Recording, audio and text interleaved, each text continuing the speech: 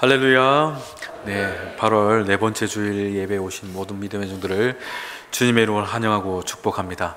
한 주간 무더위 속에서 치열하게 살아오시느라 참 많은 수고가 있으셨을 터인데, 이 시간 예배로 우리가 주 앞에 나왔으니 주님께서 예배하시는 그 특별한 은혜와 그 사랑 또한 더하여 주시는 새 힘으로써 우리 모두가 강건할 수 있기를 주의 이름으로 축복합니다. 또한 우리 각 심령 가운데 여러 가지 갈등이 있고 고민이 있지만 하나님께서 또한 예배하신 응답의 일들이 있습니다. 그 하나님을 여러분 사모하시고 그 음성 가운데 여러분 더욱더 한 걸음 나오셔서 우리의 마음속에 풍족해 하시는 하나님의 특별한 역사가 이 전전에 있기를 간절히 바랍니다. 이와 같은 기대와 우리 소망으로 다 같이 우리 모두 자리에서 일어나셔서 우리 찬양하며 주님 보좌 앞에 나가겠습니다.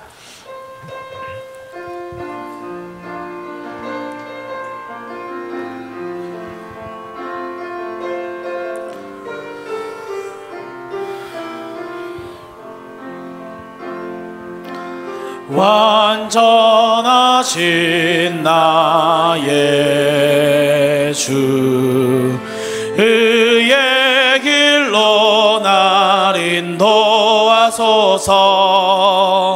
행하신 모든 일 주님의 영광 다 경배합니다. 예배합니다. 찬양합니다. 주님만 날 다스리소서. 예배합니다. 찬양합니다. 주님 홀로 높임 받으소서.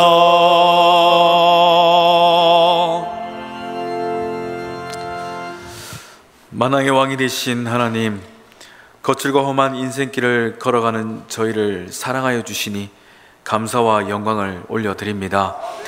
주의 집에 거하는 자가 복이 있다 말씀하시는 대로 저희가 주님의 집을 떠나지 아니하고 또한 이 시간 이렇게 모여 주 앞에 경배와 찬송을 올려드립니다. 한 분 하나님을 아버지라 부르게 하시고 또한 한 분 예수님을 구주로 고백하게 하시며 한 분 성령님을 마음에 모시고 한 마음 한 뜻이 되어 예배하게 하여 주시니 이 시간 예정하신 특별한 은혜가 우리 예배하는 모든 심령들 가운데 풍족하여질 수 있도록 역사하여 주시옵소서. 저희들의 믿음을 받으시고 찬송을 받으시며 아멘으로 화답하는 그 음성 또한 들어 응답하여 주셔서 주님의 놀라우신 은총이 이 존전에 가득히 채워지도록 역사하여 주시옵소서. 감사드리며 거룩하신 우리 주 예수님의 이름으로 기원하옵나이다. 아멘.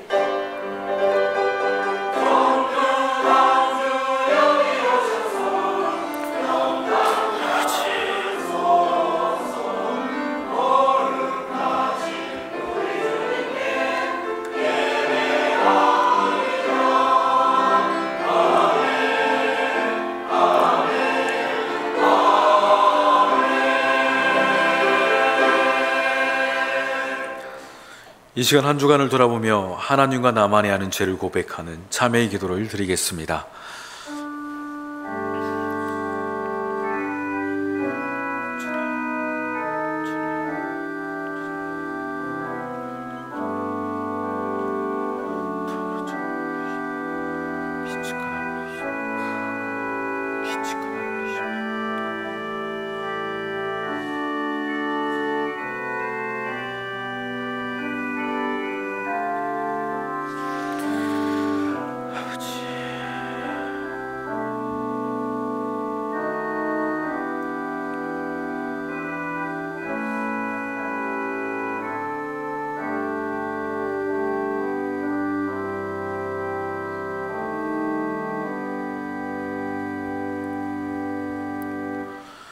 너희가 마음의 뿌림을 받아 악한 양심으로부터 벗어나고 몸은 맑은 물로 씻음을 받았으니 참 마음과 온전한 믿음으로 하나님께 나아갈지어다. 아멘.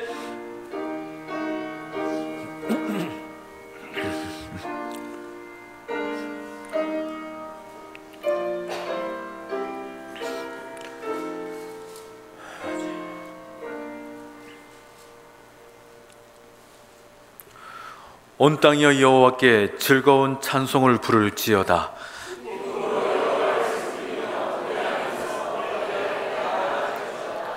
여호와가 우리 하나님이신 줄 너희는 알지어다.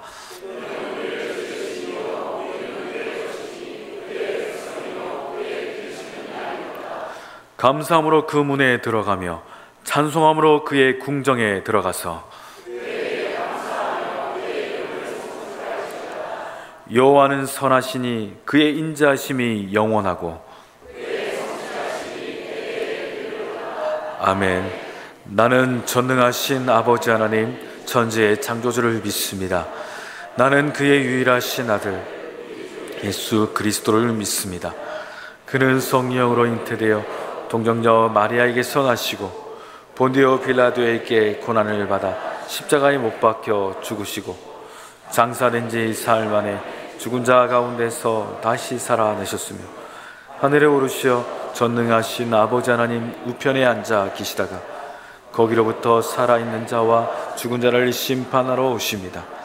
나는 성령을 믿으며 거룩한 공교회와 성도의 교제와 죄를 용서받는 것과 영생을 믿습니다. 아멘.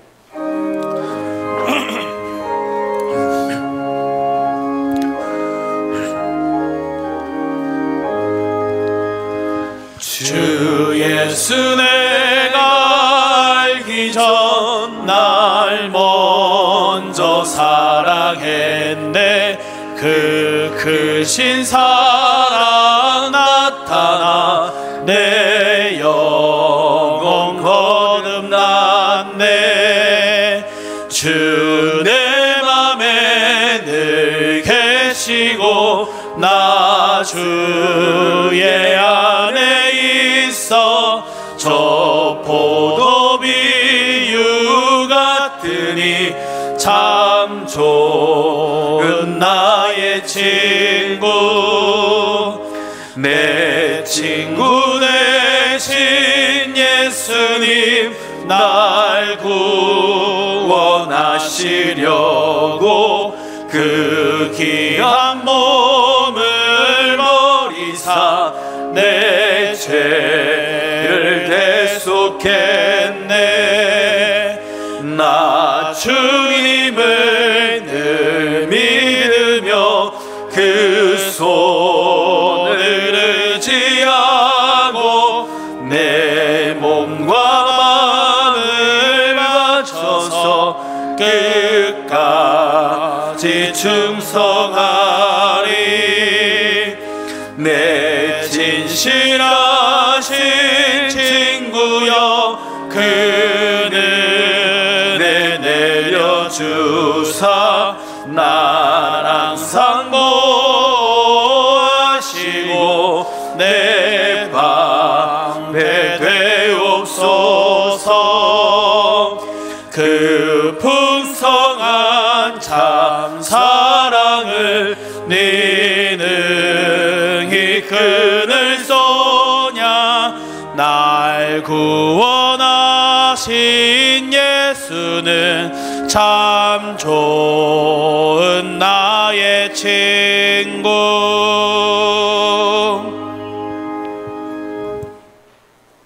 찬양과 영광을 받으시기에 합당하신 하나님 아버지, 8월의 무더위가 우리의 몸과 마음을 지치게 하는 계절이지만 지난 한 주간도 우리를 주님의 날개 아래 품어 주셨다가 오늘 거룩한 주일 몸과 마음을 바쳐 신령과 진정으로 예배 드리게 하심을 감사드립니다. 주님 홀로 영광 받아 주옵소서.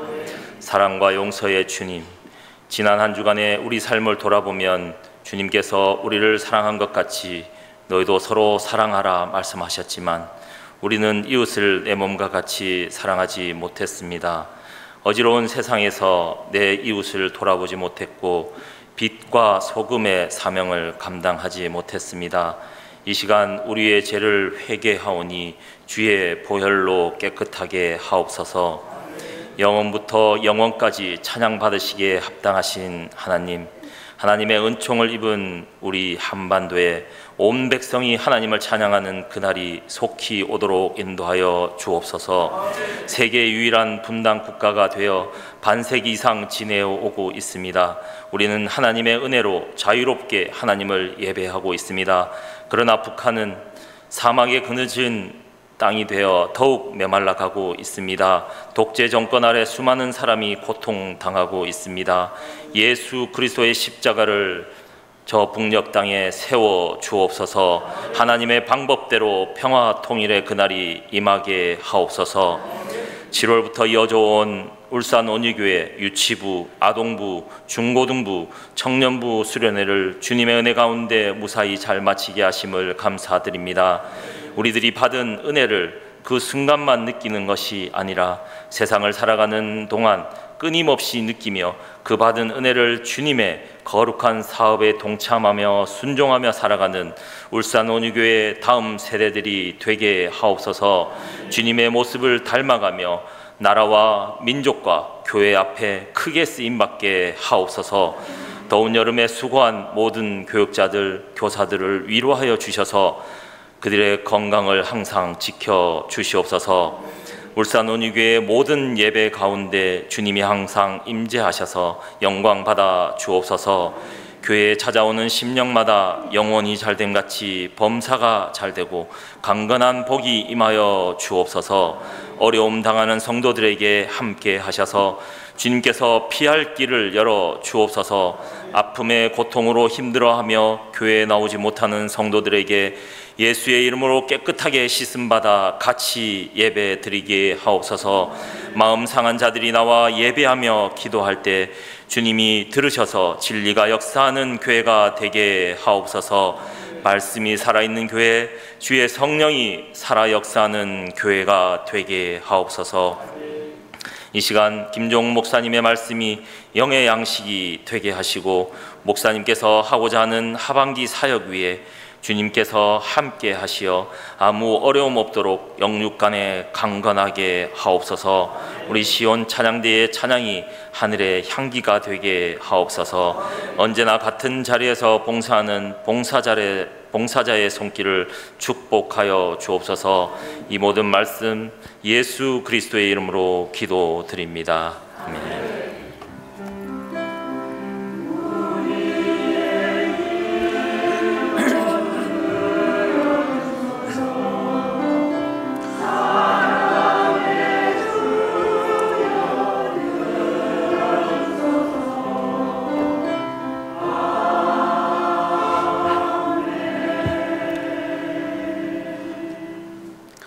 이 시간 우리에게 주신 하나님의 말씀은 사무엘하 9장 1절에서 13절입니다.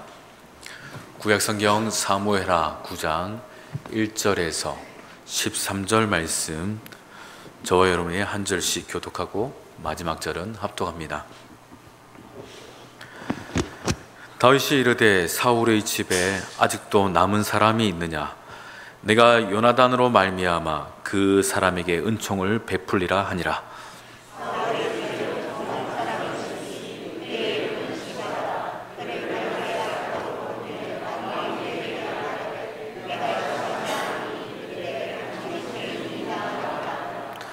왕이 이르되 사울의 집에 아직도 남은 사람이 없느냐? 내가 그 사람에게 하나님의 은총을 베풀고자 하노라 하니 시바가 왕께 아뢰되 요나단의 아들 하나가 있는데 다리 저는 잔인이다 하니라.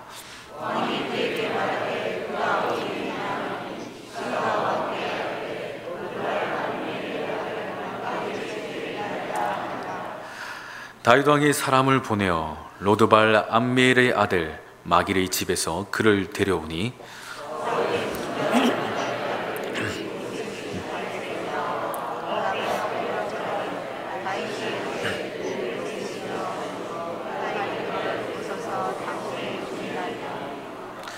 다윗이 그에게 이르되 무서워하지 말라.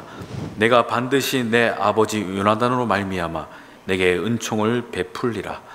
내가 내 할아버지 사울의 모든 밭을 다 내게 도로 주겠고 또 너는 항상 내 상에서 떡을 먹을지니라 하니 그가 전하여 이르되 이 종이 무엇이기에 왕께서 죽음에 왕이 사울의 시종 시바를 불러 그에게 이르되 사울과 그의 온 집에 속한 것은 내가 다 내 주인의 아들에게 주었노니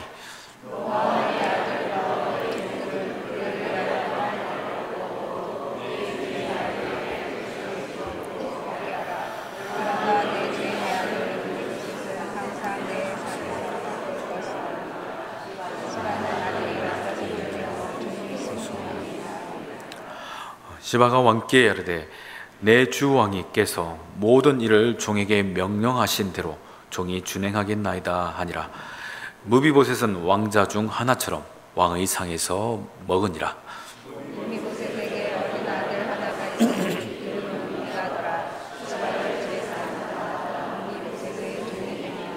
같이 있습니다. 무비보셋이 항상 왕의 상에서 먹음으로 예루살렘에 사니라. 그는 두 발을 다 절었더라. 아멘.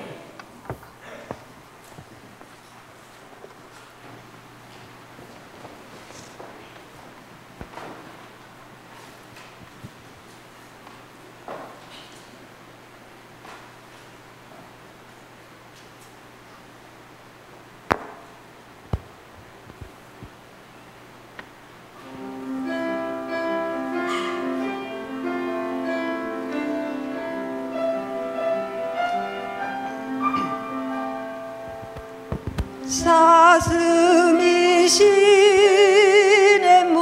찾기에 밝은 밤같이 내 영혼 주님을 갈망합니다. 사슴이 시냇물을 찾기에 나 주를 갈망합니다.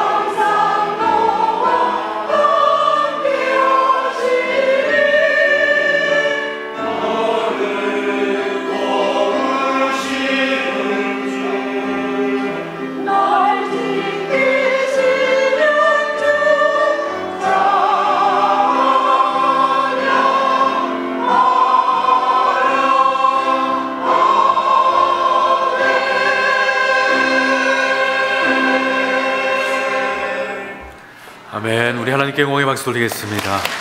우리 시온산대의 찬양과 아멘으로 화답하는 성도들의 믿음을 받으실 줄 믿습니다. 기도하겠습니다. 하나님 감사합니다. 이 시간 또 말씀을 듣고자 합니다. 성령께서 우리 각 심령 가운데 허락하신 그 음성 우리 모두가 듣게 하사 주어진 삶을 넉넉히 살아갈 수 있는 풍성한 인생 되어지도록 은혜 위에 은혜를 더하여 주시옵소서. 어떤 일들 앞에서도 주님의 말씀으로 살아가는 복되고 신실한 종들 되기를 간절히 원하오며 거룩하신 우리 주 예수님의 이름으로 기도드리옵나이다. 아멘. 할렐루야. 네, 하나님께서 우리를 사랑하시고 어떤 우리에게 특별한 은혜를 늘 채워주심을 여러분 믿으시기를 바랍니다. 우리 인간은요 늘 무한한 가능성을 가지고 살아가고자 하는 욕망들이 있습니다. 그래서 우리는 무엇이든 할 수 있어 라는 긍정적인 사고와 뜻을 가지고 또한 우리에게 사람들에게 이야기하기도 하고 전하기도 하죠. 그러나 삶이 또한 늘 그런 것은 아닌 것 같습니다. 여러 가지 물리적인 혹은 정신적인 환경적인 제약을 우리가 또한 직면하게 되면은 우리는 그 마주한 한계로 말미암아 삐걱거리기 시작합니다. 스스로의 힘으로 결코 넘어설 수 없음을 깨닫고 또한 깊은 절망 가운데 빠지게 되어지는 우리의 모습, 사실 다른 사람의 이야기가 아니라 나의 이야기고 우리의 이야기일 겁니다.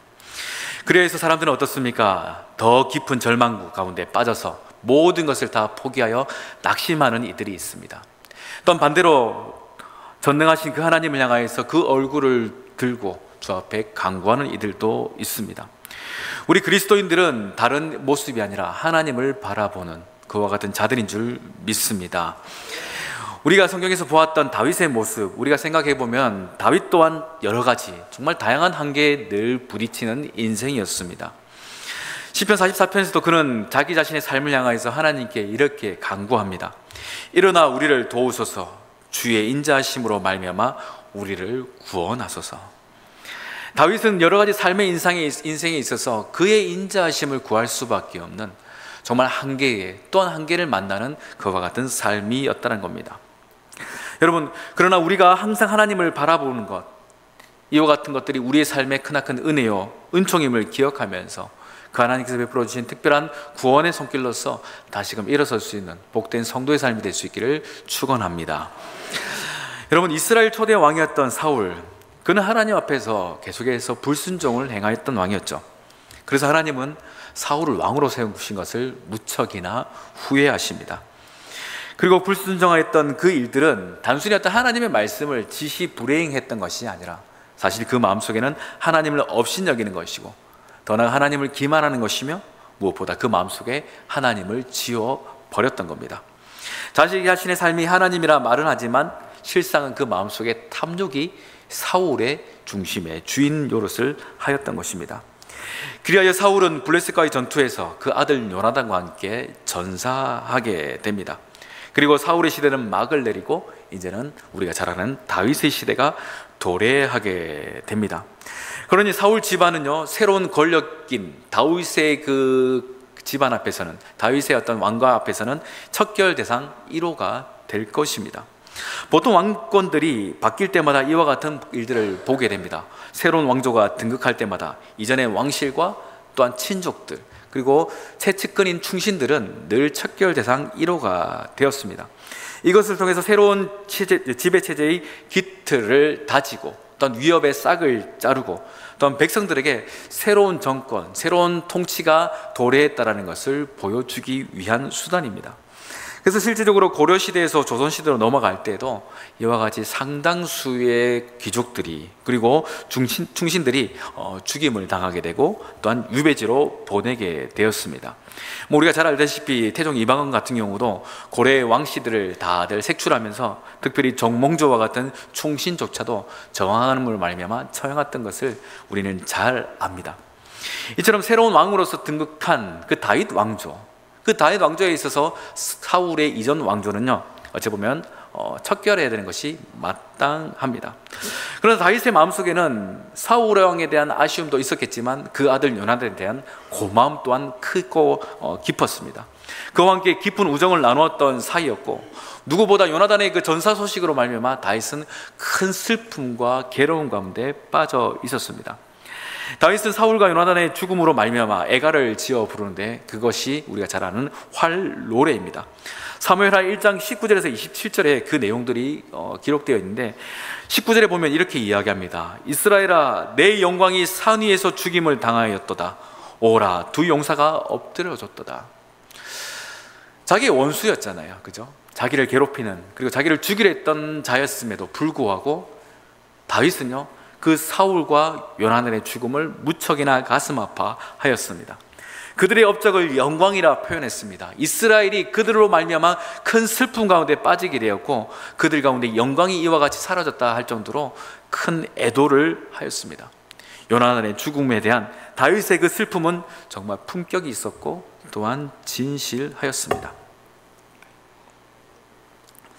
이렇게 사울 왕이 죽게 되고 요나단마저 죽게 되는 것에 인해서 당황하는 이들이 있었겠죠. 그들 주변에 늘 있던 채찍꾼들, 그리고 중신들일 것이고 또한 그 집안 사람들일 것이며 아마 베냐민 지파 사람들일 겁니다. 이제는 다윗 앞에서 자기 자신들이 죽임을 당할지는 않을까라는 크나큰 두려움 때문에 이들은 자기 자신의 가산을 가지고 아마 피난길에 올랐을 것입니다. 그 중에서는 어떤 한 사람은 요나단의 어린 아들 무미보셋을 안고 또한 피난길에 오르게 되는데 어떤 연유인지 알 수는 없으나 그 아이를 떨어뜨리게 됨으로 말미암아 그 아이가 두 다리를 크게 다치게 됩니다. 요즘 같으면 병원에 가서 치료를 받으면 괜찮아지겠지만 당시 피난길이었기에 제대로 된 치료도 받지 못했던 무비보셋은 그 길로 인하여서 평생 두 다리를 절게 되는 불구로서 장애를 가지고 살아가는 인생이 됩니다. 그리고 시간이 한참 지납니다. 이제 다윗은 모든 이스라엘의 왕이 되고 그 왕권은 점점 견고해져 갑니다. 다윗과 함께했던 이스라엘군은 어디에서 누구와 전쟁을 하든 늘 승리합니다. 성경은 이렇게 말합니다. 다윗이 어디로 가든지 여호와께서 이기게 하셨더라.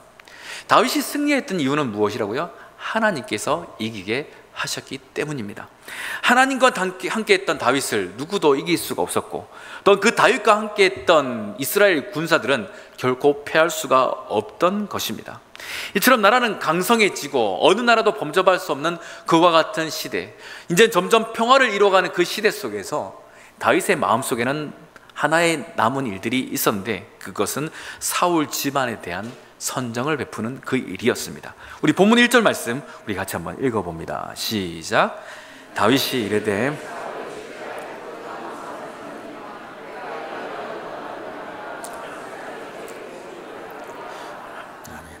다윗은요 사울 집안에게 뭘 베풀려고 한다고요? 은총을 베풀려고 합니다.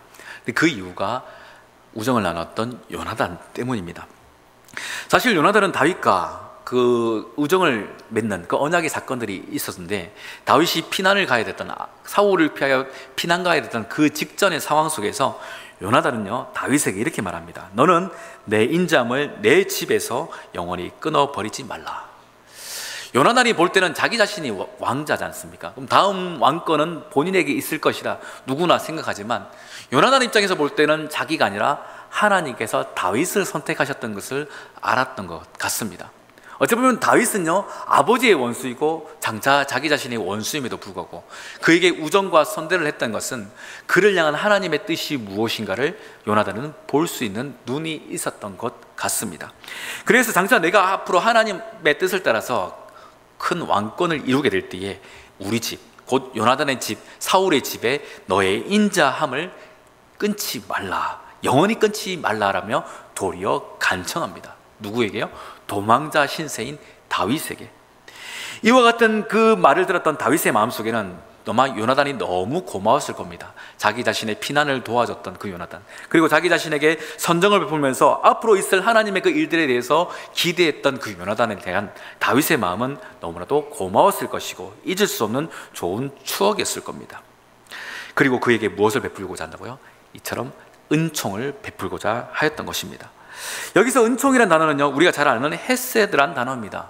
사랑, 은혜, 자비, 다양한 표현으로서 이 헤세드라는 단어를 설명하기도 하는데 사실 이 특정 한 단어로서 이 헤세드를 표현하기는 사실 좀 무리가 있습니다. 그래서 생각해 봤습니다. 우리 표현으로, 우리 단어로서 이 헤세드를 표현할 수 있는 게 뭘까 고민하는데 한 단어가 떠오르는 것이 바로 품다라는 표현입니다. 여러분, 품다라는 순우리말로서 가슴에 끌어안다라는 표현이죠. 여러분, 아이를 품다, 무엇을 품다, 강아지를 품다, 이렇게 품는 것처럼 그와 상관없이 내 마음으로 그를 끌어안는 것이 품다라는 겁니다. 이 품다라는 단어는 참 따뜻한 표현인 것 같고요, 또한 우리로 하여금 훈훈하게 하는 표현인 것 같습니다. 설령 그것이 고슴도치 같다 하여도, 혹은 냄새나는 강아지 같다 하여도, 혹은 밖에서 땀을 범벅하여 흘린 어린아이라 할지라도 사랑스러움을 하며 그를 품어 안는 그와 같은 모습, 어찌 보면 아장아장 잘 걷지 못하는 어린 아기라 할지라도 그를 향한 내 마음, 내 사랑 때문에 우리는 어떻게 합니까? 품어 안죠. 이것이 헤세드, 곧 은총이라는 것입니다. 왜 요나단의 아들 무비보셋을 이야기하면서 이 은총에 대해서 제가 이렇게 이야기를 드릴까요? 우리는 다윗을 생각해 보면 다윗은 골리앗을 무너뜨린 용맹함을 먼저 떠올릴 것이고, 또한 수많은 시편을 썼기 때문에 그는 찬양의 사람이다라고 우리는 또한 생각할 수도 있습니다. 하지만 다윗의 여러 가지 일들을 우리가 역사적으로 살펴보면 다윗의 삶에는요, 사실 하나님의 은혜가 아니면 설명되지를 않습니다. 다윗은 여러 가지 어려움이 있고 그 인생의 한계가 있고 고통이 있었고 괴로움이 있었습니다. 그럼에도 불구하고 다윗의 삶 가운데 무엇이 있었습니까? 하나님의 헤세드, 곧 은총이 있었습니다.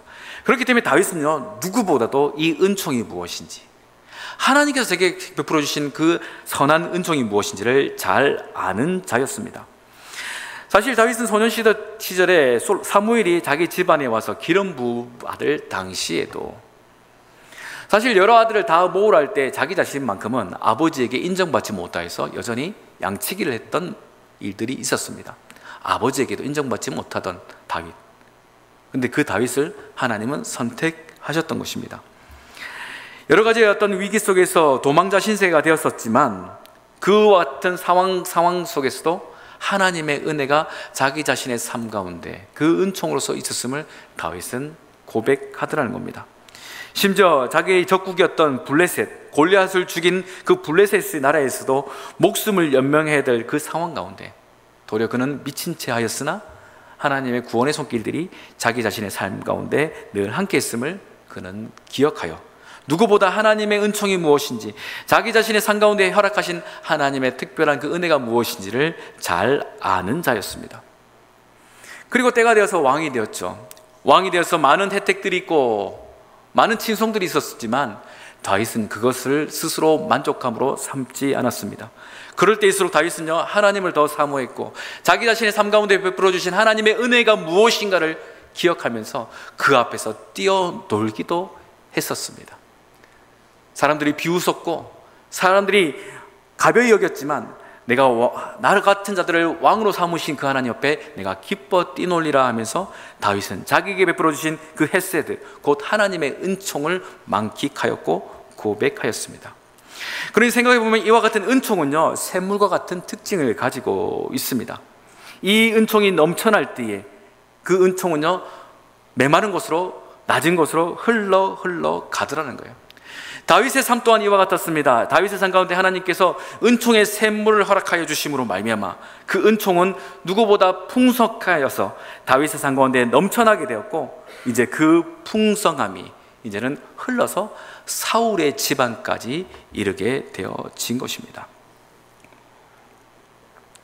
여러분, 이처럼 은총을 아는 자는요, 은총을 베푸는 자가 됩니다. 하나님께서 우리에게 은총을 베풀어 주신 이유는 우리만 풍족하라가 아니라 우리를 통하여서 흘러가기 위함인 줄 꼭 믿으시기를 바랍니다. 우리의 신앙생활 가운데 은총이 충만한다면요, 우리의 삶은 꽃으로 가득한 정원과 같을 것이고, 또한 따스한 햇살이 내리쬐는 잔디와 같을 것입니다. 누가 상상해도, 누가 가까이 가도 포근함을 느낄 것이고 행복감을 경험할 겁니다. 하지만 은총이 없다면, 그 은총을 기억하지 못하는 것 같다면 그 심령은 사막과 같을 것이고, 혹은 메마르고 또한 추운 바람이 가득한 얼음 벌판과 다르지 않을 겁니다. 그러니 여러분, 우리 성도들의 모습은요, 은총으로 충만해야 됩니다. 우리의 표정이, 우리의 말이, 우리의 행동이, 우리가 만나는 모든 이들이 우리를 통해서 그와 같은 은총을 경험할 수 있어야 하는 것입니다. 그렇기 때문에 하나님은요, 우리 교회 가운데 이와 같은 은총을, 또 우리 또 각 성도들에게 이와 같은 은총을 주셨고 또한 주심을 우리는 잊지 않아야 하는 겁니다. 여러분, 바라기는 하나님께서 이와 같은 은총의 일들이 흘러갈 수 있도록 예정하셨음을 믿으시면서 이와 같은 귀한 사명 가운데 저와 여러분이 오늘 또한 그 은총 가운데 충분히 젖어들어야 됨을 꼭 믿을 수 있는 복된 성도들이 될 수 있기를 간절히 바랍니다. 다윗은 이와 같은 하나님의 은총을 베풀기 위해서 본문 3절에서 이와 같은 말을 합니다. 우리 3절의 말씀 같이 읽어보겠습니다. 시작. 왕이 이르되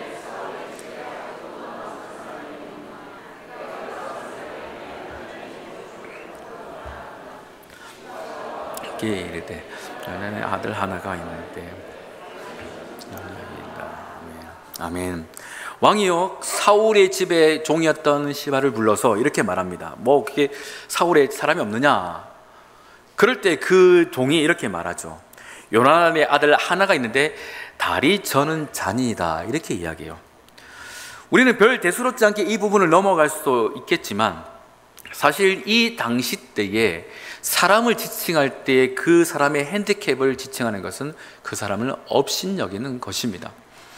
사실 표현을 정확하게 하자면 이렇게 해야 되겠죠. 요나단의 아들 무비보셋이 있습니다. 이름을 이야기해야 됩니다. 혹은 우리식으로 표현하면 무비보셋 도련님이 아직 살아 있습니다. 이렇게 말해야 정상입니다. 이것이 정중한 표현이겠죠. 그런데 그 종은 무엇이라 얘기합니까?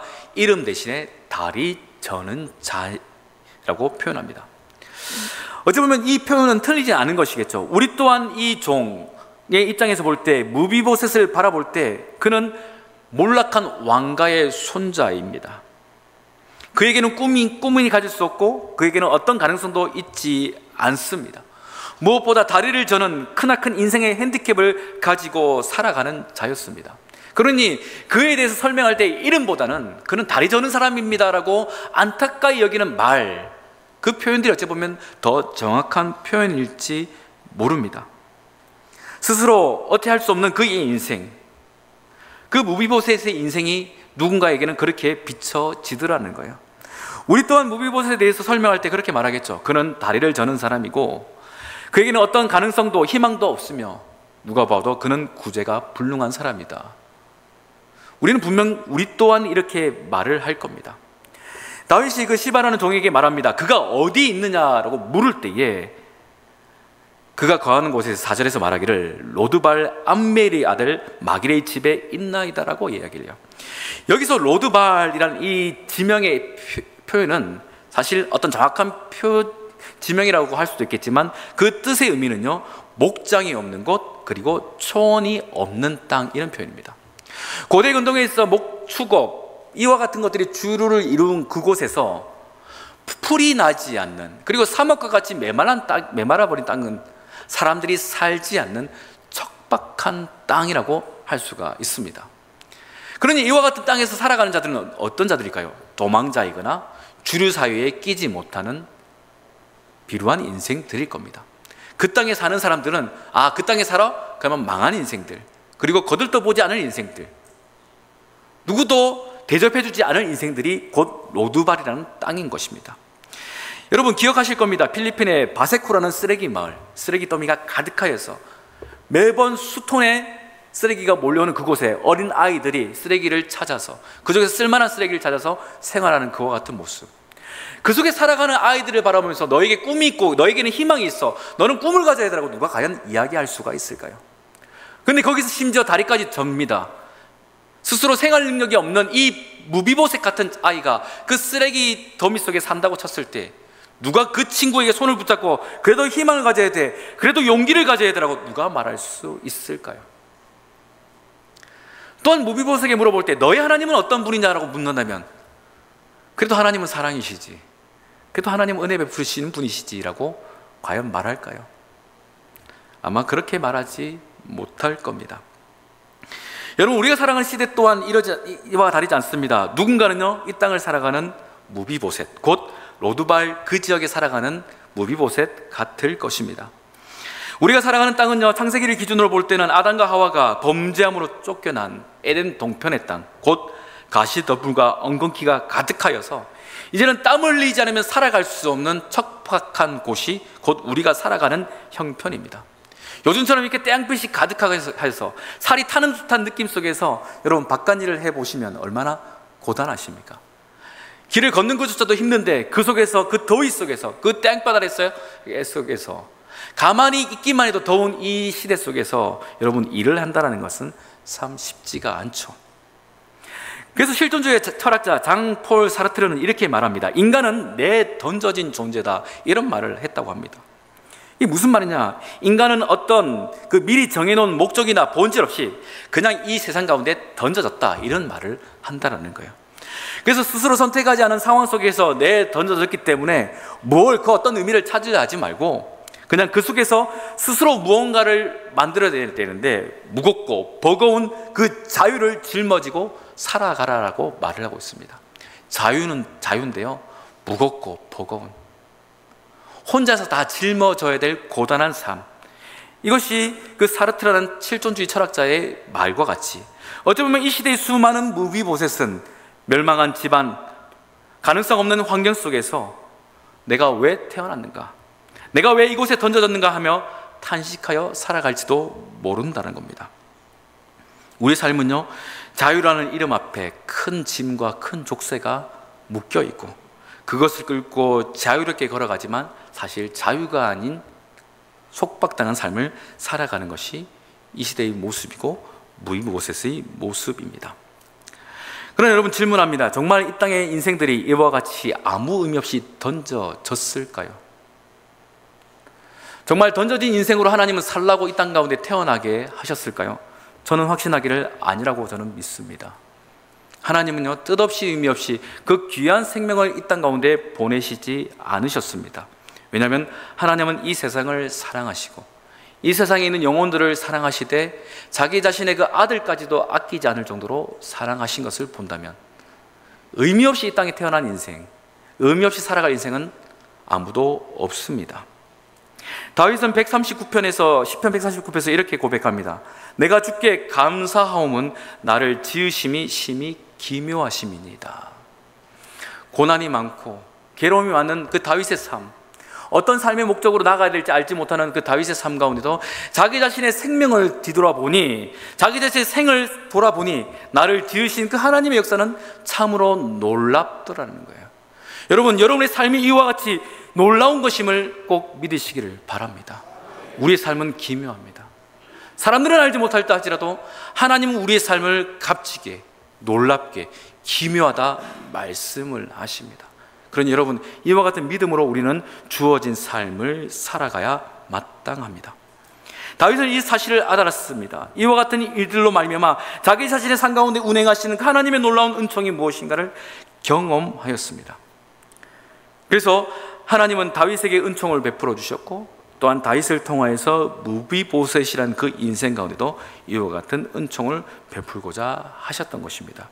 그러니 정리하면요, 어떤 인생이라도 하나님께 나아가면, 하나님께 드려지면 그 의미가 회복된다는 겁니다. 그 가치가 발견된다는 거예요. 여러분, 우리가 혹 무심코 지나가는 작은 돌멩이라 할지라도 어떤 학자에게는 연구 자료가 되는 귀한 자료가 됩니다. 방치된 음식물에 곰팡이가 생겨나서 우리는 더럽다 버릴지 모르지만 어떤 미생물학자에게는 이것이 페니실린을 만드는 귀한 자료가 될지도 모른다는 겁니다. 이처럼 우리의 삶 가운데는 세상 가운데 던져졌을 때는 가치를 모르지만 하나님께 붙들릴 때, 하나님께 나갈 때 그 의미와 가치가 증명됩니다. 우리 모두가 그와 같다라는 거예요. 이것이 하나님의 헤세드, 곧 은총입니다. 계속해서 말씀을 드리면 무비보셋 또한 이와 같은 인생입니다. 세상에 던져진 인생 같고 가능성 없고 희망이 없는 인생이지만 그의 삶이 하나님의 특별한 섭리 속에서 하나님 앞에 이끌림을 당할 때에 그의 삶은 새로운 가치가 부여되기 시작합니다. 하나님은 다윗을 끄집어 올리셨듯이 그 구렁이 속에서, 그 쓰레기 도매와 같은 아무도 살지 않는 척박한 땅에서 얹혀 사는 그 무비보셋 같은 인생, 스스로 보기는 죽은 자 같다 말할 그 무비보셋 같은 인생을 끄집어 올리시더라는 거예요. 여러분, 이것이 우리를 향한 하나님의 특별한 은혜요, 하나님의 놀라운 영광의 일들임을 여러분 꼭 믿으시며 그 하나님을 찬송할 수 있기를 간절히 바랍니다. 다윗은 그 절망의 땅 로드발에서 마길의 집에 얹혀 사는 무비보셋을 끄집어 올립니다. 그 은총의 일들을 이제는 무비보셋에게 흘러가게 하고자 작정을 합니다. 우리 7절 말씀 같이 읽어보겠습니다. 시작. 다윗이 그에게 이르되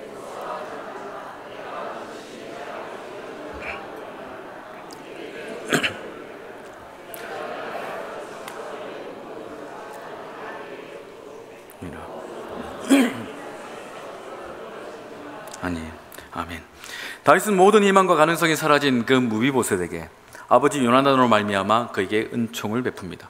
그 은총은 다른 것이 아니라 그의 신분을 회복하는 겁니다. 곧 이전에는 왕자였지만 지금은 도망자 혹은 누군가에게 인정받지 못하는 불황자와 같은 신세일지라도 그를 왕자와 같이 다시금 존대합니다. 왕의 식탁에서 식사를 하는 자로서 바뀌어가게 하더라는 거예요. 아무도 살지 않는 척박한 땅 로드발에서 이제 그를 어떻게 합니까? 예루살렘에 사는 주요 인생으로 바꿔버리더라는 겁니다. 과거에는 이 사람이 멸망한 왕가 곧 사울의 손자구나 하면서 사람들이 비웃기도 하고 빵 한 조각 던져줘도 적선하듯이 우습게 던졌을지 모르지만 이제는 누구도 그 무비보셋을 무시할 수가 없고 함부로 대할 수가 없습니다. 왜 그렇습니까?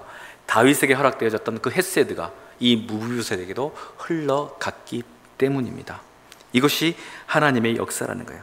여러분, 그러니 은총은요, 하나님께서 주신 은총은 그 이유가 그 받는 자에게 있는 것이 아니라, 그 조건이 받을 만한 사람에게 있는 것이 아니라 주는 자에게 있는 것입니다.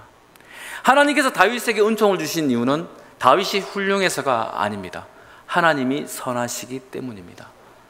여러분, 우리가 받을 은총, 여러분이 훌륭해서 하나님께 주시는 것이 아닙니다. 하나님께서 우리를 사랑하시고 하나님의 선한 그 은혜의 약속 때문에 우리에게 이와 같은 헤세드의 은총을 주신 것인 줄 믿으시기를 바랍니다.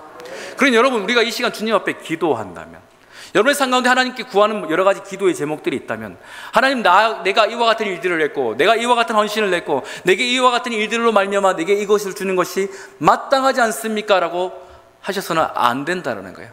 우리는 어떻게 기도해야 됩니까? 하나님, 당신은 선하신 분이시고 자비하신 분이시며 우리를 사랑하셔서, 나를 사랑하셔서 그 아들 예수까지 주시지 않으셨습니까?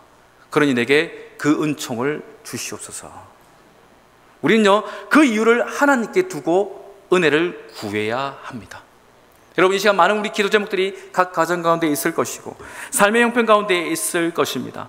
어찌 보면 이러지도 못하고 저러지도 못하는 무비보셋 같은 우리의 형편 속에서 우리가 구해야 될 그 은총은 그 이유가 내게 있지 않고 하나님께 있음을 여러분 고백하며 그 하나님을 높이시고 그 하나님을 찬양하면서 그 하나님께 그 은혜를 구할 수 있는 복이 있기를 간절히 바랍니다.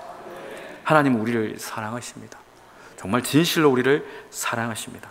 그래서 그 사랑하시기 때문에 그 은총을, 그 헤세드를 아끼지 않고 부어주십니다.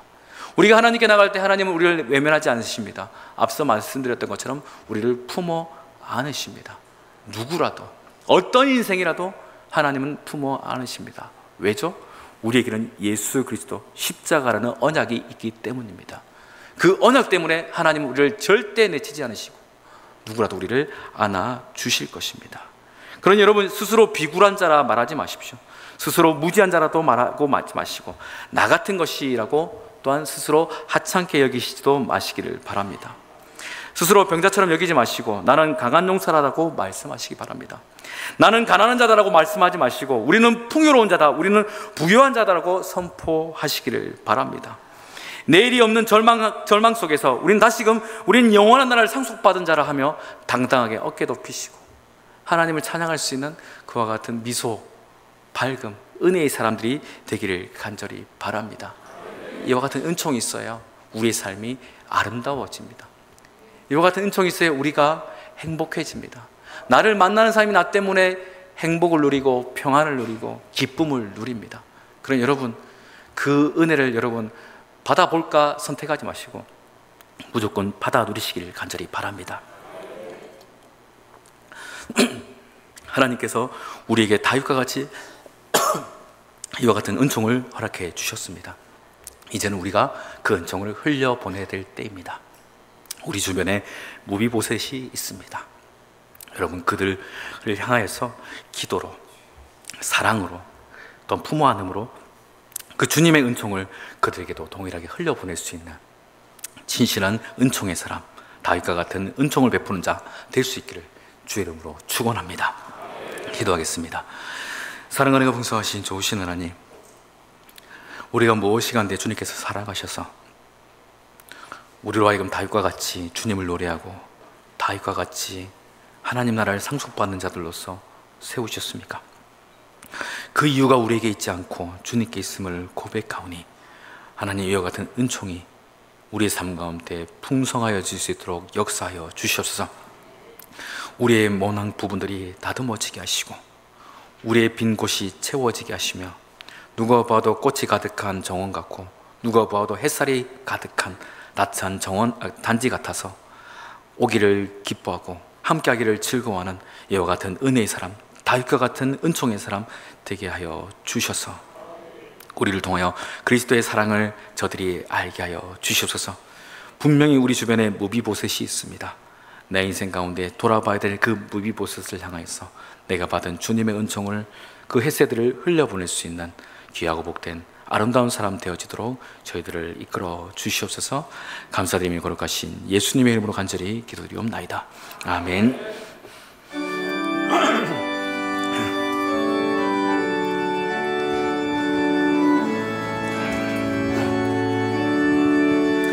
그 크신 하나님의 사랑 말로 다 영영 못하네. 저 높고 높은 별을 넘어 이 낮고 낮은 땅 위에 죄범한 영혼 구하려 그 아들 보내사 화목제물 삼으시고 죄 용서하셨네. 하나님 크신 사랑은 증량다 못하네. 영원히 변치 않는 사랑 성도여 찬양하세. 괴로운 시절 지나가고 땅 위에 영화 쇠할 때 주 믿지 않던 영혼들은 큰 소리 외쳐 울어도 주 믿는 성도들에게 큰 사랑 베푸사 우리의 죄 사했으니 그네 잊을까. 하나님 크신 사랑은 증량다 못하네. 영원히 변치 않는 사랑 성도여 찬양하세.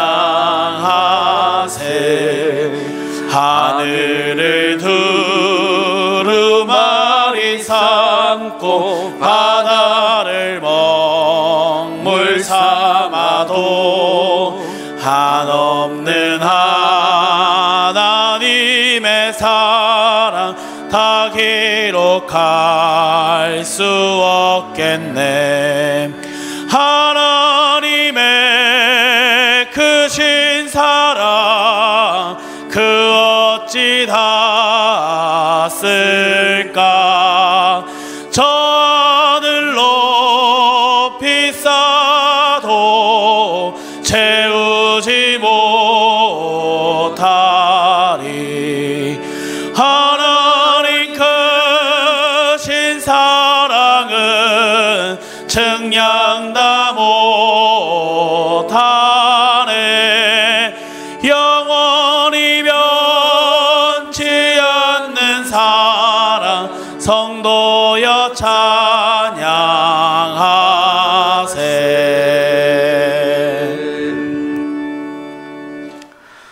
사랑하는 풍성하신 좋으신 하나님, 오늘도 저에게 귀한 은혜 더하여 주셔서 이렇게 예배로 나오게 해주시니 감사를 드립니다.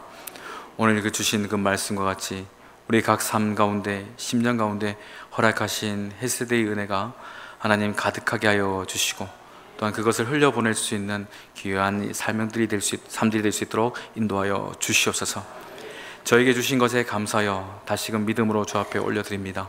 11조로 감사의 물로 또한 주일 헌금으로 다양한 믿음을 담아드리는 이 예물들 하나하나 주님 기쁘게 받아주시고 드려진 그 손길 위에 은혜로운 복을 더하여 주시옵소서. 물질만 드리지 않고 저희들의 몸과 마음, 시간, 삶의 지경을 드리며 또한 다양한 은사를 따라 보이지 않는 곳곳에서 충성하며 헌신하는 많은 믿음의 중도의 애씀 또한 주 앞에 드리오니 받아주시옵소서.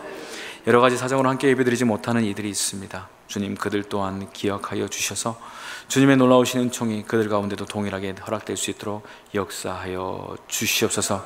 날마다 저에게 주신 그 은혜를 기억하게 해주시고 그 은혜를 찬송하며 살아갈 수 있는 귀한 성도들의 삶이 되어지기를 간절히 원하오며 거룩하신 우리 주 예수님의 이름으로 기도드리옵나이다. 아멘. 자리에 앉으시겠습니다. 교회 소식 잠시 전하도록 하겠습니다. 정기당회가 오늘 10시 30분에 목양실에서 있었습니다. 예배를 위한 중보기도 팀이 오늘부터 이제 시작이 됩니다. 여러분 성실하게 또한 힘을 다해서 귀한 사역 가운데 동참해 주시면 감사하겠습니다. 중보기도 구역장 건차례는 계속해서 방학이지만 이제 곧 이제 개강을 하게 됩니다. 여러분 기도로 사모함으로 함께 준비하여 참석해 주시길 바랍니다. 하반기 신방과 중보기도회 또한 교회 사역들이 이제 곧 진행될 예정입니다. 여러분 기도로 준비하는 이 일들 가운데 성령 하나님의 역사가 있고 주님께서 예정하신 그 일들이 다 이루어질 수 있도록 여러분 기도로 관심 가져주시면 감사하겠습니다. 또한 아울러서 세례식이 있습니다. 여러분 세례 신청자를 받고 있는데 유아 세례, 입교 세례 대상자들은 구역장, 부서장 또는 교육자들에게 여러분 신청하셔서 교육을 받으시고 세례 여러분 받으시길 바랍니다. 9월 7일부터 4주간 진행되니까 이전에 꼭 여러분 신청해 주시면 감사하겠습니다. 저는 오늘 25일부터 주부에 기록된 대로 이제 학예 휴가가를 다녀오겠습니다. 남성교회 전국대회가 27일부터 29일까지 있습니다. 누라땡 강구가 있습니다. 각 위원회 모임이 오늘 있습니다. 여러분 각 위원장 중심으로 정해진 장소에서 위원회 모임을 가져주시길 바라고 이외에 다른 교회 소식들은 여러분 주보를 참조해 주시면 감사하겠습니다. 이제 우리 모두 자리에서 일어나서 옆에 분을 보시며 이렇게 서로 인사하며 축복하겠습니다. 우리는 은총의 통로입니다. 한 번 더요. 우리는 은총의 통로입니다. 네, 하나님께서 우리에게 은총을 주신 이유는 우리를 통해서 또한 흘러가라 하심인 줄 여러분 믿으시면서 이와 같은 은총을 흘려보낼 수 있는 복된 성도들이 될 수 있기를 간절히 바랍니다. 우리 찬양하면서 삶의 자리로 나갑니다.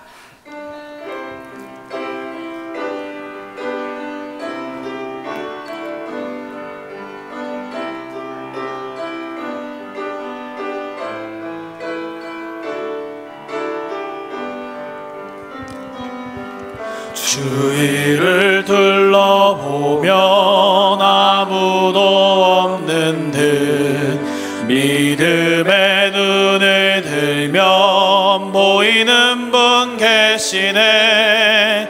지금도 내 안에서 역사하고 계시는 사망과 어둠의 권세 물리치신 예수님, 주를 찬양, 손을 들고 찬양. 전쟁은 나에게 속한 것 아니니 주를 찬양,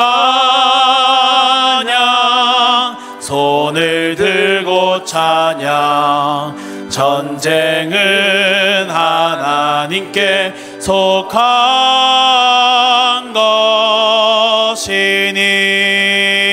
것이니. 하나님, 이 자리의 모든 예배자들이 다시금 삶의 현장으로 돌아갑니다. 힘 주시고 능력 주시고 건세 더하여 주시며 주님께서 예정하신 삶의 일들 가운데서 항상 그 은총을 기억하고 어떤 은총을 흘려보낼 수 있는 복된 삶이 될 수 있도록 인도하여 주시옵소서.